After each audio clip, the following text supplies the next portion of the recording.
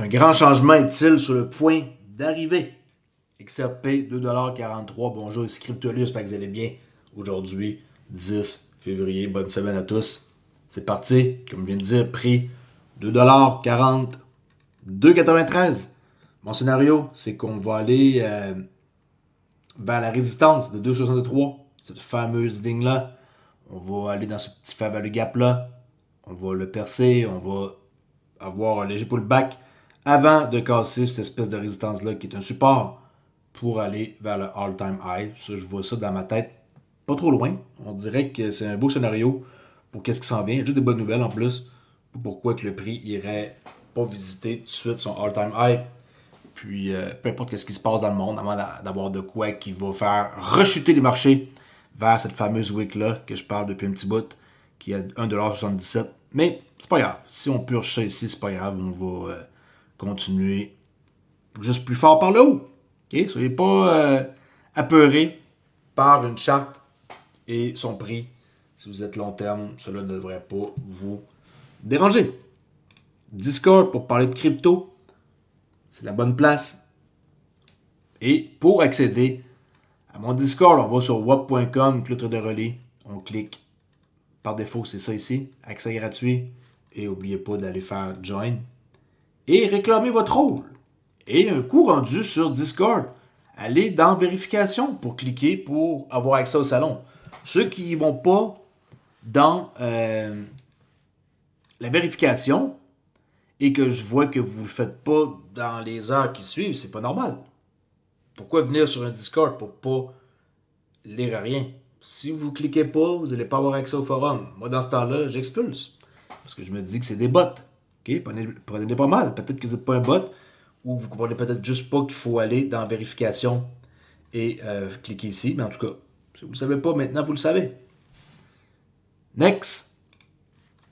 Commençons immédiatement. Nasdaq qui fait pression pour l'approbation de l'ETF CoinShares XRP.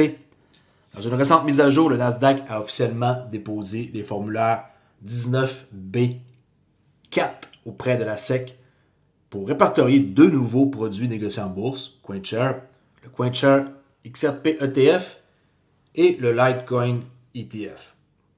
Ces fonds offriraient aux investisseurs un moyen facile de s'exposer à deux crypto-monnaies bien connues. Et oui, le Litecoin est toujours en vie. Cette décision fait suite à la soumission par CoinShares de formulaire S1 à la SEC le mois dernier, demandant l'approbation de ces ETF, XRP et Litecoin au comptant. Un S1, c'est pour au comptant. Par la suite, ils peuvent demander d'autres choses, notamment le dépôt soumis le 10 février, qui représente un pas important vers l'adoption institutionnelle. Okay? Alors ça, c'est une excellente nouvelle. Le formulaire 19B4 fait en sorte qu'on s'en va vers l'adoption institutionnelle. Dès que c'est adopté, il reste juste la fameuse réglementation, que je ne sais pas si quelqu'un va l'avoir. Stablecoin devrait être dans les 100 premiers jours. C'est ce qu'on a vu le jour pour la conférence la semaine passée. Par la suite, on va avoir le reste de la crypto qui va suivre. Soyez encore patients. On a encore des jours à patienter, ça c'est clair. Photo de David Schwartz et de First Ledger qui marque ici: toute ma valeur nette est entre les mains de cet homme. En tout cas, c'est un homme sympathique, ça, faut le dire. Le mec a fusil, il paraît sympathique, imaginez. C'est une façon de dire les choses, là. Moi, je serais pas inquiet là, de faire confiance à ce gars-là. Mais en même temps, quand on voit le personnage, pour une première fois, on pourrait rester choqué. Mais il faut pas l'être, c'est une tête. Et tous les grands génies ont tout un peu bizarre, n'est-ce pas? XRP est l'actif numérique le plus efficace jamais créé. Forum économique mondial 2025. On va entendre ici le vice-président de Ripple, Pat Telen, qui discute de l'utilité de la crypto-monnaie XRP avec mon nouveau bot qui traduit. Dites-moi que vous en pensez. C'est pas comme l'autre, il prend pas la voix de l'autre et il la modifie. En français, il prend vraiment comme juste une voix normale, tout le temps pour les mêmes. Mais à date, ça fonctionne number one, j'essaie une version gratuite. L'actif numérique le plus efficace que nous pensons qu'il existe est XRP sur le registre. XRP, c'est, vous savez, des millièmes d'un millième pour effectuer chaque transaction.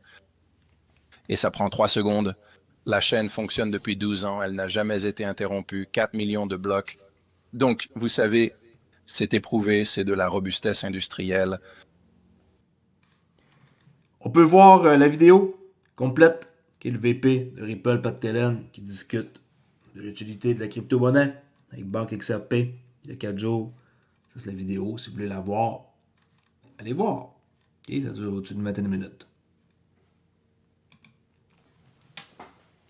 Ripple, dans l'une de leurs publicités, l'Internet de la valeur. J'avais jamais vu. Checkez ça. For over a decade, Ripple has worked to bridge the gap between blockchain and traditional finance. We've built enterprise-grade digital asset infrastructure, trusted by the world's largest banks. From instant global payouts and access to off-ramps, to secure digital asset custody solutions, to the stablecoin created with trust and compliance at its core. Ripple enables enterprises around the world to tokenize, store, exchange, and move value. We're not waiting for the future of finance to arrive. We're building the Internet of Value today. Move Value. L'Internet de la valeur, c'est leur but et depuis toujours. C'est pas un truc nouveau. On va aller voir maintenant, toujours avec mon bot, des vidéos de Michael Saylor. Okay, vous savez que je l'aime plus ou moins, hein, ce gars-là. Mais il y a des vidéos pareilles qu'il dit des choses intéressantes. Ça reste que c'est un homme brillant, là. Même s'il est beaucoup détesté. Il est très, très, très brillant et il accomplit des choses incroyables. Même si, qu'est-ce qu'il est en train de faire est super dangereux. En tout cas, je vous montre quelques vidéos et par rapport à essayer de voir si ça fait du sens qu'après sa mort, c'est Bitcoin, qu'est-ce qu'il va faire? C'est que il va l'aider la personne. Il va comme tuer sa clé, dans le fond. Okay? Regardez bien ça. Si ça veut fonctionner, un instant, oui, ok. Ce que je dirais sur le Bitcoin qui est tout simplement merveilleux, c'est que si vous accumulez beaucoup de richesses en Bitcoin et que vous brûlez simplement les clés, quand vous partez, vous faites une contribution au prorata, à tous ceux qui possèdent du Bitcoin dans le monde en fonction de leur contribution. Autrement dit, à sa mort, il ne vendra pas les Bitcoins. Okay? La clé, il va comme s'organiser pour la faire disparaître. Je ne sais pas c'est quoi son plan par rapport à ses clés privées. C'est assez spécial, par exemple, d'entendre ça, là. Quand même, regardez. Et de leur connaissance du Bitcoin, donc, je pense que soutenir le Bitcoin en tant que protocole de prospérité est vraiment une excellente chose à faire. Et sinon, je pense que vous savez emporter le Bitcoin avec vous. Serez-vous plus connu pour votre succès économique ou votre succès humanitaire? J'espère que je serai connu pour ça, ayant pris le flambeau de Satoshi et étant passé à la commercialisation du Bitcoin avec des entreprises et des gouvernements des décennies après sa disparition. D'accord. Rappelons-nous, arrivé à Prométhée. Espérons que cela ne vous arrive pas en essayant de passer le flambeau. Michael, bon travail. Félicitations. Merci, John. Ah!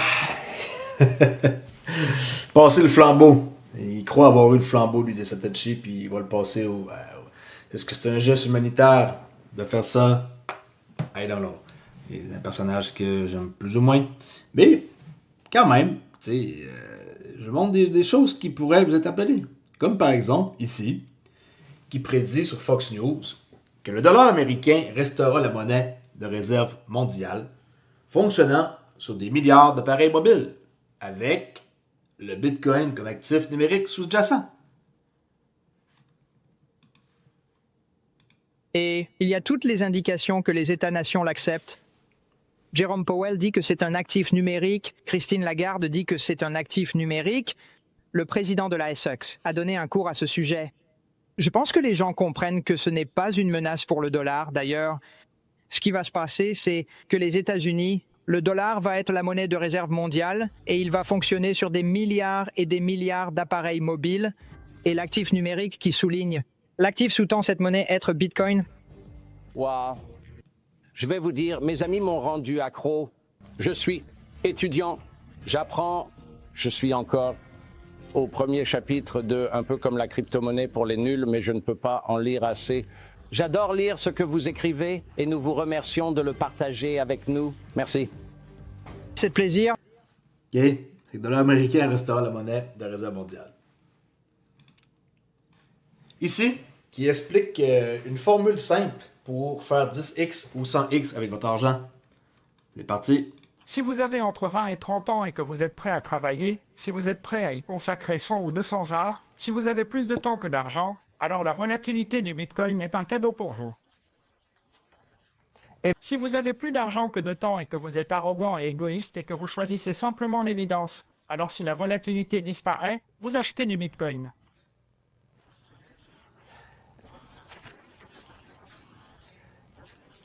People, si les gens du reste du monde savaient ce que je sais, s'ils comprenaient et étaient d'accord avec moi, Bitcoin atteindrait 10 millions de dollars demain.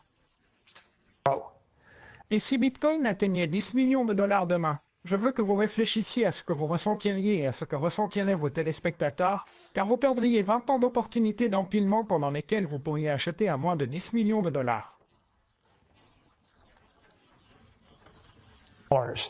Donc, la différence entre 10 millions de dollars et 100 000 dollars, c'est sur quoi vous renoncez si la volatilité disparaît et que les gens commencent à être d'accord avec vous. Je terminerai donc avec une seule pensée. Dans ma vie, j'ai réalisé de nombreux investissements très réussis.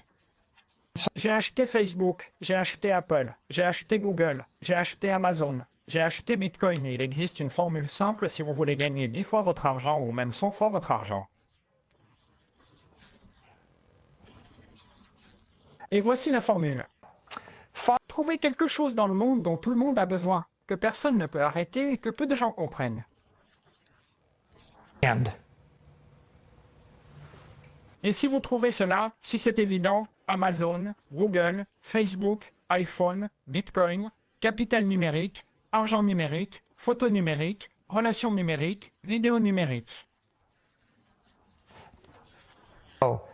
Si c'est évident et que personne ne peut l'arrêter, mais que vous allez parler à un groupe de personnes qui ont plus d'argent que vous, qui sont plus âgées que vous et qui ont plus de succès que vous, et elles disent toutes « Je ne comprends pas ».